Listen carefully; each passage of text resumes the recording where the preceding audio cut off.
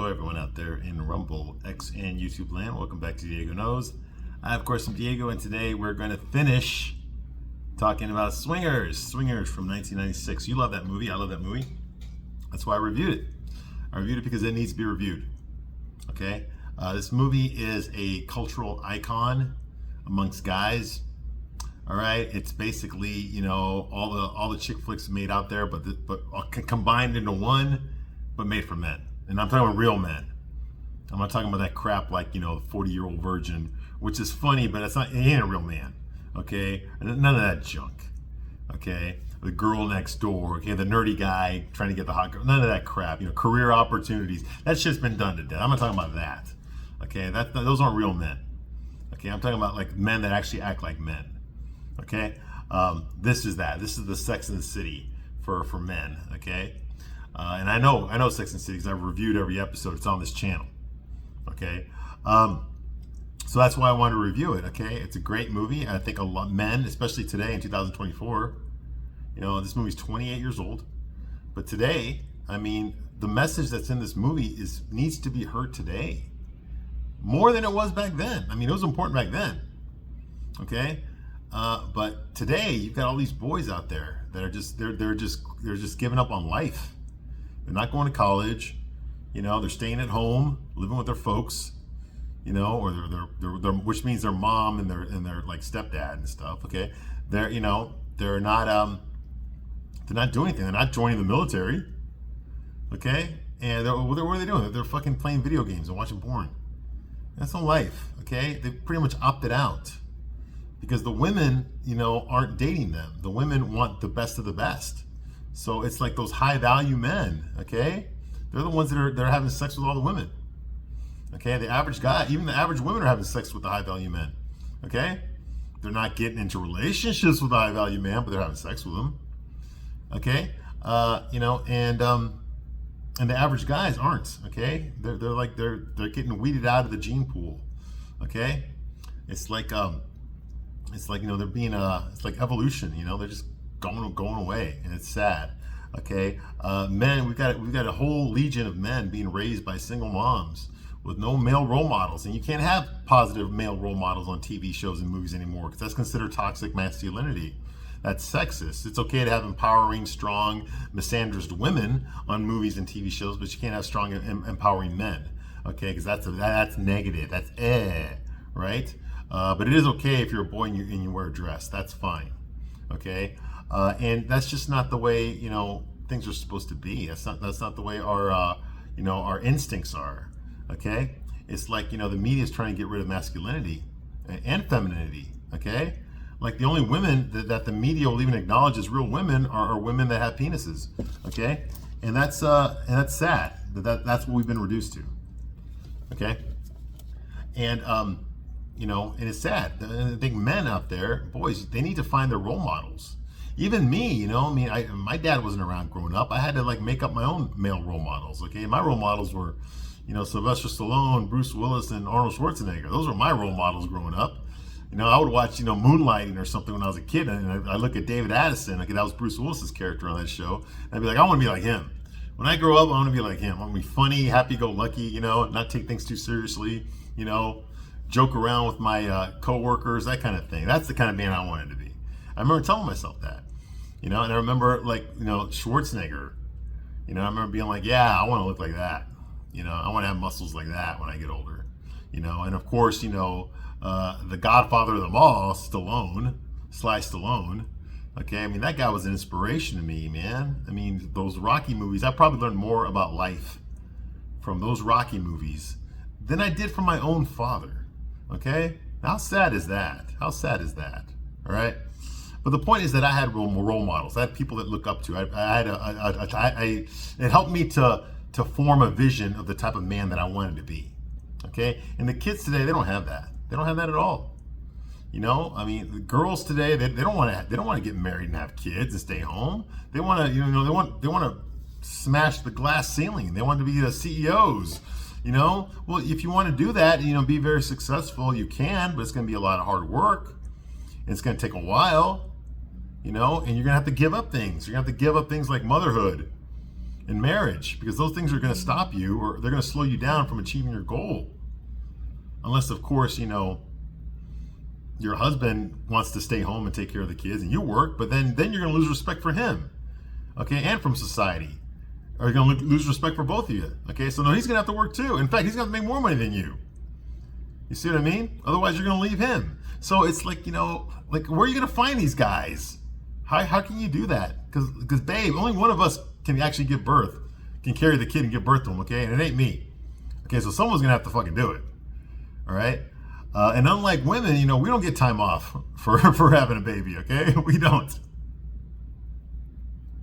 I think my boss gave me, he gave me like 4 days or something, okay, when my son was born, and that was it. I was back at work, So, it's different. It's different, okay?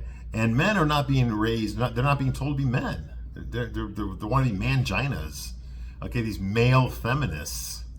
These guys are always screaming at other men, for being misogynist. And get the fuck out of here with that noise, okay? They think that if they act this way, women are going to like them better. And no, and when those women don't like them, when they finally make a move on that girl, okay, because they're part of the, they're for the cause too, and when they make a move on that girl, okay, and she rejects him, now he feels like, oh my God, I did all this shit for you, and you didn't give me anything. You see what I mean? Yeah. Those are the guys you need to watch out for. Like the guys that would not do that to you. You condemn us. You call us all these fucking names. You shame us. You accuse us of things that we didn't do. You divorce rape us in court. You take half of our money. You take our kids away from us. You talk crap about us to our kids. And you tell the whole world that we're the fucking problem. When the whole time, that dude who's been telling you everything you want to hear, who's been telling you, you go girl, this whole fucking time, that's standing right next to you, helping you out, that's actually the guy you're supposed to be afraid of. That's the guy that's gonna fucking get you. You see what I mean? And the guy that would have protected you from him, you just fucked him over. I mean, that's true. It's the truth. So how can I really feel sorry for you? Can't make anyone do anything. That's the truth. This movie here, Swingers, one of the reasons I love this movie so much is that the main character, Mike, he has to come down to making a decision about his life. That's what the point of the movie is all about. Are you going to keep crying about this girl that you broke up with to move to LA, or are you going to move on with your life? Okay, because nobody can make that decision except for you. Okay? And right now, it's like you're torn between two worlds. There's a part of you that wants to make it in LA, wants to make it in Hollywood, and is trying very hard. And there's another part of you that thinks that you're a failure, and you might as well just give up and just go back to New York and try to win your ex-girlfriend back because you blew it. Okay? And these two things cannot exist at the same time. Okay? You can't serve two masters. Okay? You either make a decision to go one way or make a decision to go the other way. Either way you go, you're going to have to give up something. It's going to cost you something. And he's stuck throughout this whole movie in between, not knowing what to do. Scared to move forward. Scared to let go of the past too. Scared to, to be happy. Scared to find another girl that's going to make him happy. It's like, what the fuck, dude? You got to make a decision, dude. That's what being an adult is all about. Be a fucking man and make a choice and go that way. That's what this movie's all about. It's about being a fucking grown-up. Making a choice. Okay, do you want to sit in misery crying about this ex-girlfriend, or do you want to find another girl and move on with your life? The choices are yours. And that's a message that all of us need to fucking hear. Okay, especially for you guys out there that were raised by your single moms. I'm sure your single moms loved you to death and they did the best they can, okay? But no woman knows how to be a fucking man. Okay? And that's just the truth. No woman knows how to be. I'm not gonna pretend I know what it's like to be a woman. Okay? I'm not gonna pretend I know. Okay? I don't. And I never will. Alright? But no woman knows what it's like to be a man either. And this movie gives you a little peek into that. Okay? And a woman can't raise a man because she's never been one. You see what I mean? All she can do is raise you into the kind of man that she thinks is acceptable. But it leaves out all the little details. Only a man who knows what it's like to deal with men's issues and knows how to overcome them can teach another man how to do the same. Okay? That's why fathers are so important. That's why male role models are so fucking important. Okay? There's a reason they don't make chick flicks about men's dating problems. Okay? Because women want to hear other women go through that stuff. Okay? But they don't want to see a guy go through that stuff. Men want to see that, but there's that shame. There's that shame of, oh, I'll be looked at as a pussy if I, talk about my relationship problems, okay, to women, and it's true. Women will look down on you if you're crying about a girl, okay? Because you're not being a man. You see what I mean? You're being a sensitive, emotional wreck. And women want to be the ones that own that emotion, okay? Not men. You see what I mean?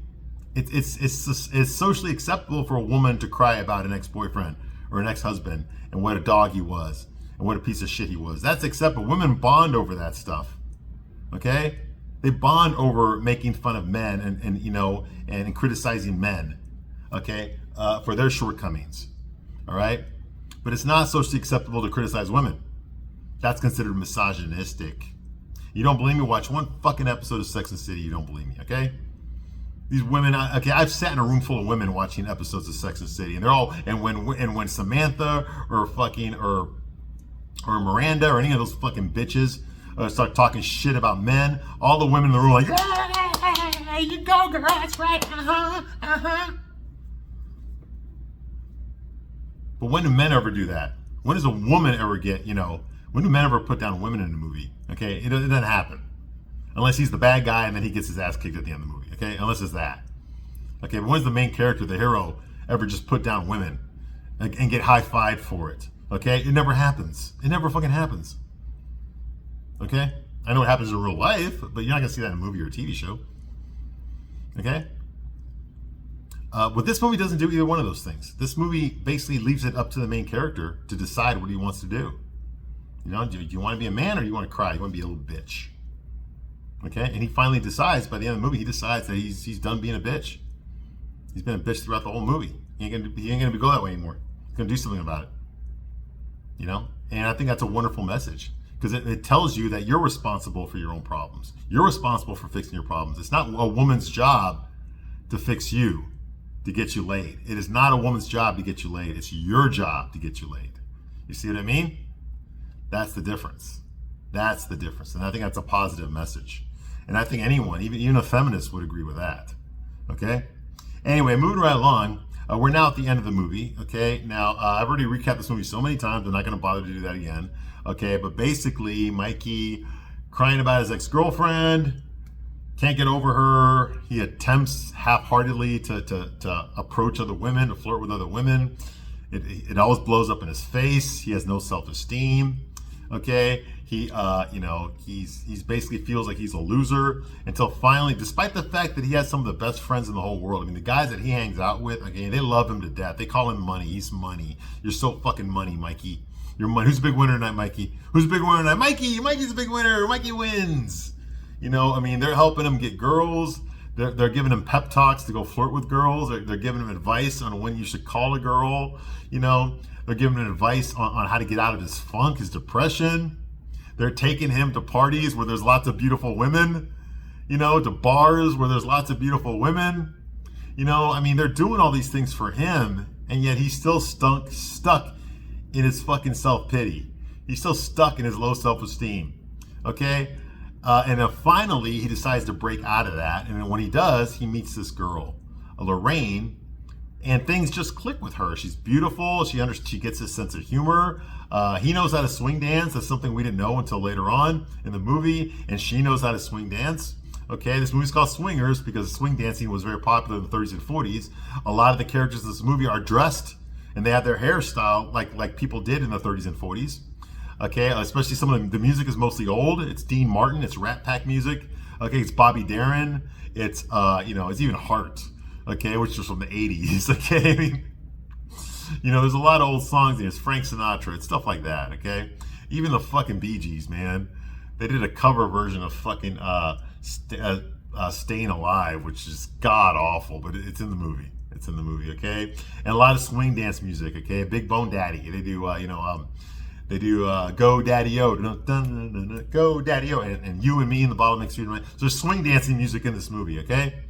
Okay, so, and the whole vernacular, okay? Like in the 30s, people talked differently than they do today, okay? This movie comes up with a lot of phrases. Oh, she's money, man. That's so money. Dude, you're so fucking money, you don't even know. Oh, it's on, dude. Oh, it's so fucking on, dude. Look at that, it's on. Oh, it is all fucking on, dude. Like, I'm money too, man. Like, look at me. I'm the bomb. They use these little catchphrases, which kind of clicked for a couple of years, at least in the late 90s. We were talking that way because of this movie. Okay, nobody does that anymore. No one says, oh, dude, you look like money. Nobody does that anymore, okay? It only lasted for like 2 or 3 years, then we quit doing it, okay? It never really caught on, all right? But it came from this movie, is what I'm trying to say, all right?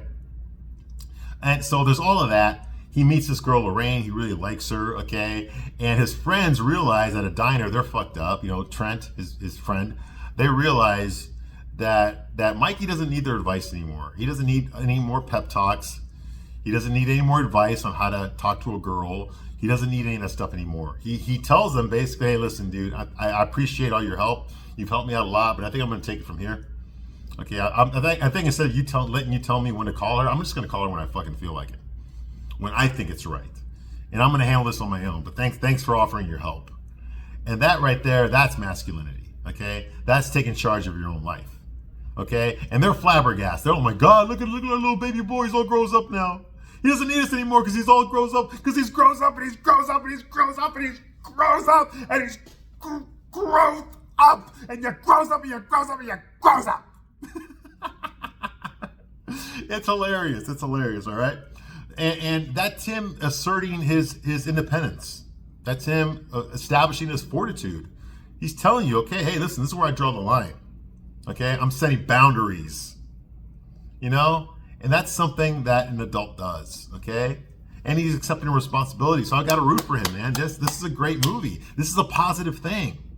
Quit feeling sorry for yourself and go out there and start kicking some fucking ass. Because nobody else can do it for you. You can't depend on your friends to get you laid. Okay, you got to get yourself laid, all right? You got to do what you got to do, all right? It's up to you. You make the rules. You decide when to call her, okay? And he learns from that because he realizes, okay, well, the last time I got a girl's number, I called her as soon as I got home and I fucked that up. But now I got another girl's number, so I'm not going to make that mistake again. I'm going to call her. I'm going to wait 3 days this time and actually call her. So he's learning. This is how you improve your game. You take what works and you hold on to that, and what doesn't work, you get rid of. That's how it's done. And he's finally starting to do that. And I'm just so proud. I know he's a fictional character, but Jon Favreau based his character on himself when he wrote the script. So, this is how it's done. This is a good thing. Men need this movie. All right? So anyway, at the very last scene here, Trent and Mikey are at a diner. It's the afternoon this time. Trent is clearly hungover. He's sipping his coffee. He's just like, because he got shit-faced drunk last night. Like I said, he made a big scene in the diner, in a different diner that night. Okay, it's late in the afternoon. Trent's hungover. Mike tells him, hey, so I hung up on my ex-girlfriend when she called this morning. I hung up on this afternoon. I hung up on her. Now that happened in the last scene, okay? The girl he's been crying about this entire movie, Michelle, finally called him. After he met this new girl, Lorraine, Heather Graham, his ex-girlfriend finally called him. Okay, and he blew her off. He blew her off because Lorraine also called at the same time, and he would rather talk to her than to talk to his ex. So he actually hung up on her right when she was about to say, I love you. All right? Like a boss, okay? And so he could talk to Lorraine. And he made plans with Lorraine. And now he's telling Trent, hey, I hung up on my ex-girlfriend, Michelle, this afternoon. And Trent's like, what? Okay, so now not now Michelle is your ex all of a sudden? Because you've been talking about her like she's your girlfriend.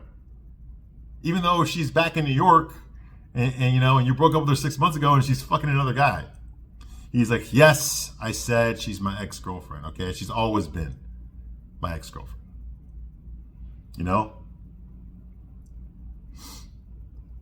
Oh, he's like, okay, so now she's your ex, okay? The one you're hung up on her, huh? That's weird. You hung up on her. Mike's like, well, yeah. I hung up on her because, I had another call that I wanted to take. And the way Mikey's talking about this, it's like, it doesn't bother him anymore. Like he's over it. Like, yeah, I had another call I wanted to take. And that's when you've moved on. When this shit doesn't bother you anymore. It doesn't matter who she's fucking anymore. It doesn't matter if she's in love with somebody else. None of that shit matters anymore because you don't really care about her anymore. Okay? That place in you that was reserved for her has been replaced with someone else. Okay? I know women love to talk about this, okay, when they do it to a guy. But guess what, ladies? We do it to you too. Okay? We do it to you too. All right?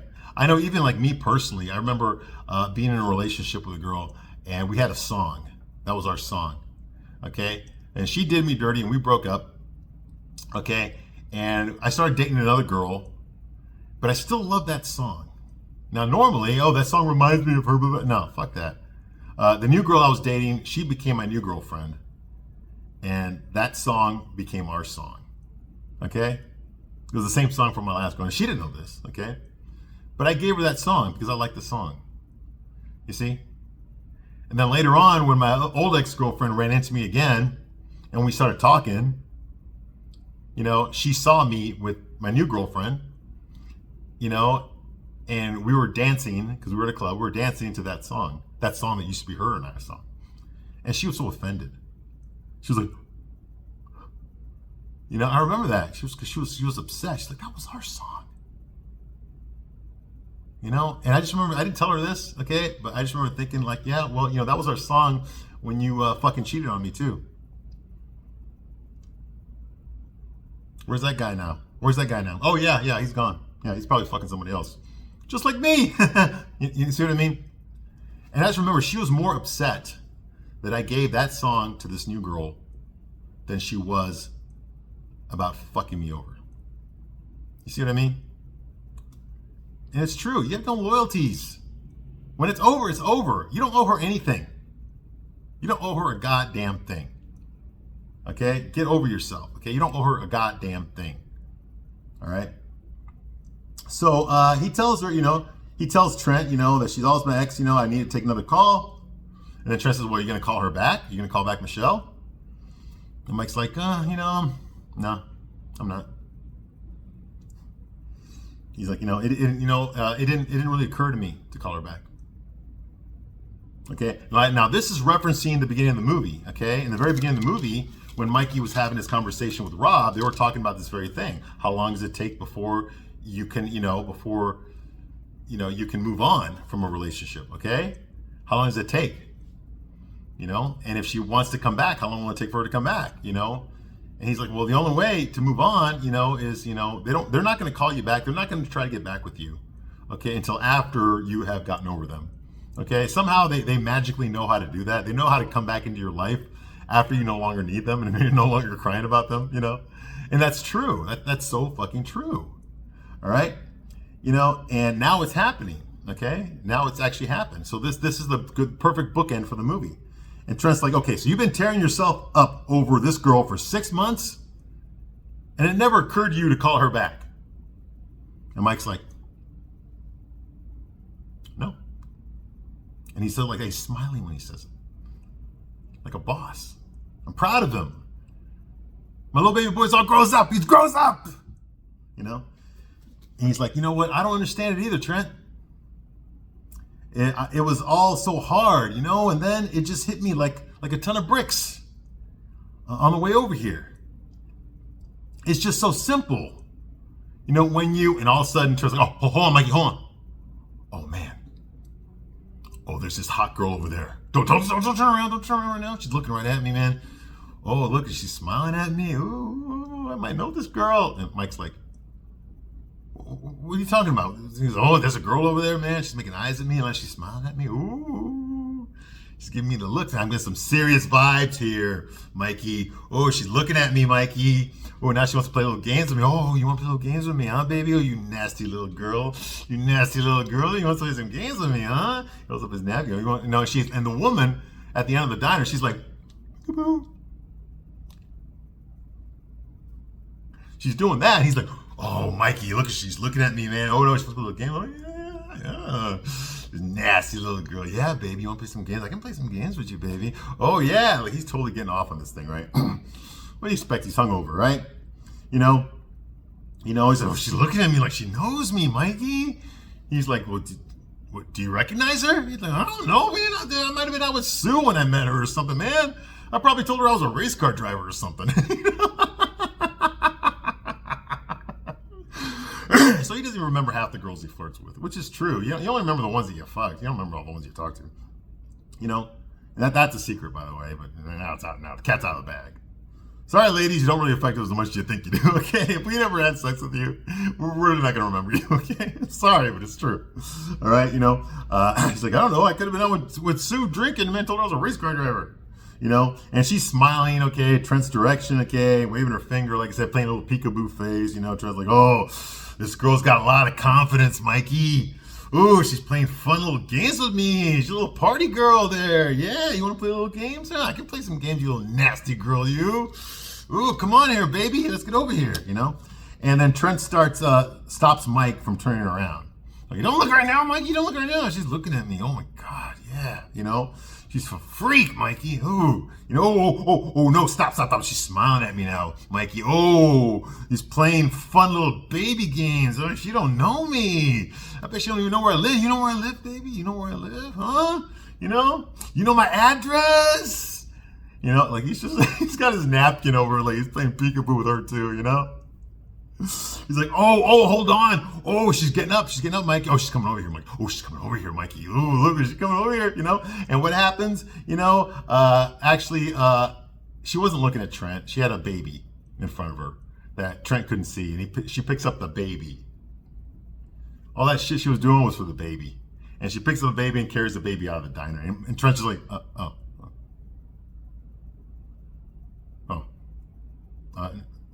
never mind. And Mikey's just like he's laughing at Trent's expense. For a change, he's laughing at Trent. Okay, for the misunderstanding. Trent thought she was flirting with him. No, she was just making faces with her baby. All right, and it's funny because now we get to see Mikey laughing at Trent instead of Trent laughing at Mikey. Okay, Trent's like, oh shit. All right, so he's like, sips his coffee. He's like, so, you didn't call her. You didn't call Michelle, all right? Well, why didn't you call her, huh? Okay, you said you didn't call her, right, Mikey? You didn't call her. Why didn't you call her, okay? Because I thought you were in love with her, you've been missing her, and you didn't call her, Was it your idea not to call her, or, that kind of thing, So, now the movie's over, okay? And we start hearing I'm Beginning to See the Light, okay, which is a song from 1962 by Bobby Darin. Okay, if you don't know who Bobby Darin is, he sang Splish Splash, I Was Taken Aback. He also sang Somewhere Beyond the Sea, He also sang A Mac the Knife, He was married to Sandra Dee. Okay, they made a movie about him. Kevin Spacey played him in a movie, okay? Bobby Darin, he's a famous pop singer from the 1950s, late 50s, early 60s. I mean, he still sang until he died in the 70s, but, he was famous in the late 50s, early 60s. He was a crooner. He was a crooner, like a Eddie Fisher, that kind of thing, just sing love songs and shit, and women would fucking cream all over him, one of those guys, all right? And that's the end. That is the end of the movie, okay? It ends like that. So Mikey actually never got a chance to tell Trent what it was like to get over her. So I'm going to do my best guess here. Okay, like I said before, I think that what Mikey was trying to tell Trent was that, when that place inside of you that's been occupied by your ex, when that place inside of you gets filled with someone else, there's no room left for that ex, okay? There's no room left for that ex. That ex goes somewhere else, somewhere in the back, where she's still there, but not in the forefront, and definitely not getting the attention that she used to get, okay, internally. She's not getting the attention. You're not thinking about her anymore, okay? All that's been replaced with someone else, okay? All those thoughts of getting back with her have been replaced with the exciting possibilities of this new girl, okay? And that's really how it works, okay? It's really how it works. Now, as a man, it's a little bit more difficult for us because, yes, there are those guys out there, they do exist, that can just walk into a room and every hot girl wants to fuck them. Okay, yes, I know those guys exist. I've seen those guys. I've known those guys, all right? But the majority of us are not like that, okay? We're not like that, all right? We don't have that kind of a power. We actually have to work for our pussy. Okay, we actually have to go out there, risk rejection, be funny, be charming. Okay, look good, smell good, be witty. All these things. We're the ones that have to do all this stuff in order to win over a girl. Women don't have to do that stuff. When they're young and hot, they're just hot. They've got a high sexual market value. Okay, it's when they get older they start losing it. Okay, that's when that's when all the craziness comes out. That's when the fucking Housewives of Beverly Hills comes out and shit. When they can't pull the same dick that they used to pull when they were 23, and now they're starting to realize it, that the high value men don't want them anymore. Okay, they're going for the younger, prettier girls, and that makes them upset. Okay, so and that part is true. Okay. But when you're young, even average looking, you can get a high value man to fuck you. If you're average, you're probably not going to get a high value man to fall in love with you, and make you his steady girlfriend or marry you or anything like that. But you'll get one of them to fuck you. Absolutely. It's not difficult. It's difficult for us because most of us are not we're not Harry Styles when we walk in the room. We're not Justin Bieber when we walk in the room. Okay? We're not whoever the fucking hot guy is. We're Glenn Powell. Okay? We're not that. Okay, so we can't just fucking do that. We actually have to work. We have to earn our pussy. Okay, and so it's a lot more difficult for us to be able to pull that kind of ass. But if we have the determination, and if we're willing to let our feelings get hurt, if we're willing to fucking take all the criticisms, because women love to fucking make fun of us when we're trying to flirt with them, especially as if they're not attracted to us. They love to put us down, to call us names and shit, for our pathetic attempts to flirt with them, okay? Okay, but if you can put up with all that and not give up, eventually you're gonna find a girl that's gonna like you, okay? And the more you do this, the better you're gonna get at it, okay? And eventually you'll be the type of guy that can pull ass like it's nothing, okay? But you're gonna have to go through all the rejection first. You have to go through all the bad dates, all the psycho girls, okay? You're gonna make a lot of fucking mistakes. Girls are gonna make fun of you. Okay, you're gonna fucking show your ass in front of a bunch of people, and you're gonna feel embarrassed and ashamed. But if you keep up at it, okay, if you don't let these words hurt you, okay, you're gonna develop a fortitude of self-confidence that just cannot be beat. Okay, and if there's one thing women like is a man with confidence, then okay, that's what really gets them wet more than anything else. Okay, is a guy who's not afraid. Okay. Because women respect a man with confidence because they know goddamn well if they don't grab this guy, another woman better looking than them probably is going to get you. Okay? So now you're more valuable. Okay? But if you want to be that type of a man, you've got to be willing to take the hits. Okay? You got to be willing to go through the humiliation like Mikey went through. Because unless you're born looking like Brad Pitt, and having his money and his charm, okay, then you're going to have to fucking struggle to get it laid. Okay? But it's okay because there's so many of us that we're not born like that. Okay, we're not born like fucking Harry Styles, okay? We're not born, super fucking rich, okay? We gotta work at it. We gotta work at it. But if you're willing to do the work and not give up, you can succeed. I've seen it happen. It worked for me. I've seen it happen to a lot of guys. Okay, the only guys I know that failed at it were the ones that gave up. They couldn't handle the rejection. They couldn't handle their feelings getting hurt. Fuck that noise. You're responsible for you. You've got to love yourself first before you can love anybody else. Okay? Because it ain't nobody else's job to teach you how to love you. You have to teach yourself to love yourself. You've got to be willing to love yourself. It's no girlfriend's job to make you happy. It's your job to make you happy. You see what I mean? Okay, the self-respect comes from within. You got to cultivate that inside of you first. Okay? Because ultimately that's up to you. Girlfriends come and go. Wives come and go. But you're going to be stuck with you. Okay? So you might as well love who you are and respect yourself. Because if you respect yourself, you've got everything that matters. You see what I mean? And that's what the Swingers teaches me. And that's what it taught me back in the day. And hopefully, if you watched it again, I hope that's what it taught you too, okay? All right, thank you very much for watching this review. I'm going to take a break now. The next movie I review will be a chick flick, like a real chick flick, because that's what I do here. I just wanted to take a break from that to do a chick flick for Guy, all right? So I got it out of my system, and I'm glad I did. It's a wonderful movie, and I will see you on the next one. Thank you for watching these videos.